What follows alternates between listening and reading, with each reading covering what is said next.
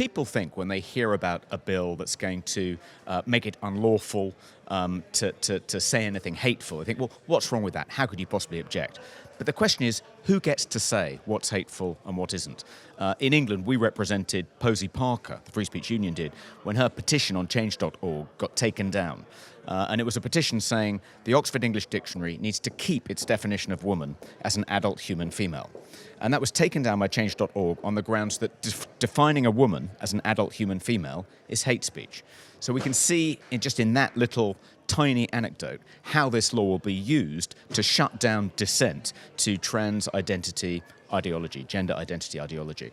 The concept of hate speech is incredibly nebulous, ill-defined, and do we really trust politicians to be in charge of deciding what is and isn't, and they're not going to weaponize it to advance their own political agenda? Of course they are. So we need to draw a line in the sand and say this cannot happen, and it particularly cannot happen here. I think my key concern is that bills like this, and it's not just Ireland that is considering a bill like this. There's a similar bill going through the Canadian Parliament, a similar bill going through the Australian Parliament. A bill was very similar to this, was presented to the New Zealand Parliament. It was then killed off by the New Zealand Free Speech Union, sister organisation of ours, but it's now been resurrected. So this is a global movement. Michael Schellenberger and Matt Taibbi describe it as the censorship industrial complex. But there is this kind of multi-agency, international, incredibly well-funded effort taking place all over the world to try and shut down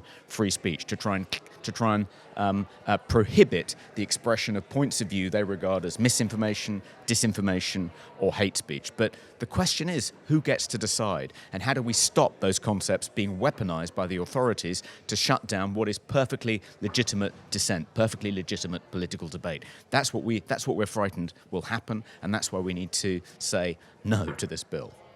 As you've said, there are really serious concerns around this bill. Do you think, with the help of media awareness and people standing up and making their voices clear on this, that we could see this bill defeated? I think at this stage, sorry to sound pessimistic, but it looks unlikely that the bill won't be passed. But I think it can be significantly improved. Hopefully, it'll be improved when it goes back to the dial.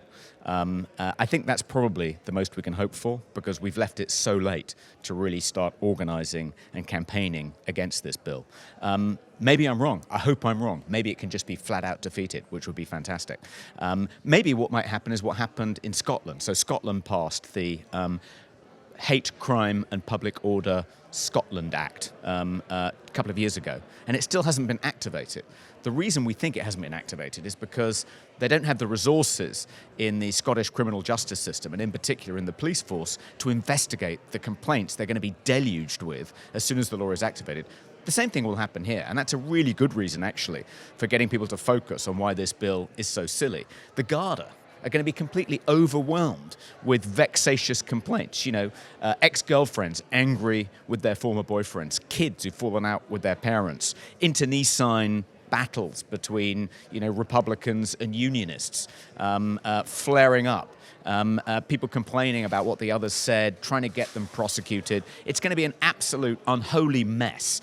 And in all likelihood, I think, if the bill is passed, just as in Scotland, it won't be activated for the foreseeable future. Finally, do you have a message for Irish lawmakers, or for those people who are maybe on the fence about this, have voiced support for this bill? Do you have a message for them? Yeah, I think what we've seen in the Irish Parliament is the same thing we've seen in the Scottish Parliament, in the British Parliament in connection with the online safety bill, in the Australian and the Canadian parliaments. There isn't nearly enough proper legislative scrutiny at these attempts to restrict what we can say in the public square. Often these things are just waved through. The bills are often very long and complex and engage different areas of law, including the European Convention on Human Rights, and people can't be bothered to try and get their heads around them, to master the detail, so they're just waved through. And suddenly we find ourselves unable to express perfectly legitimate points of view.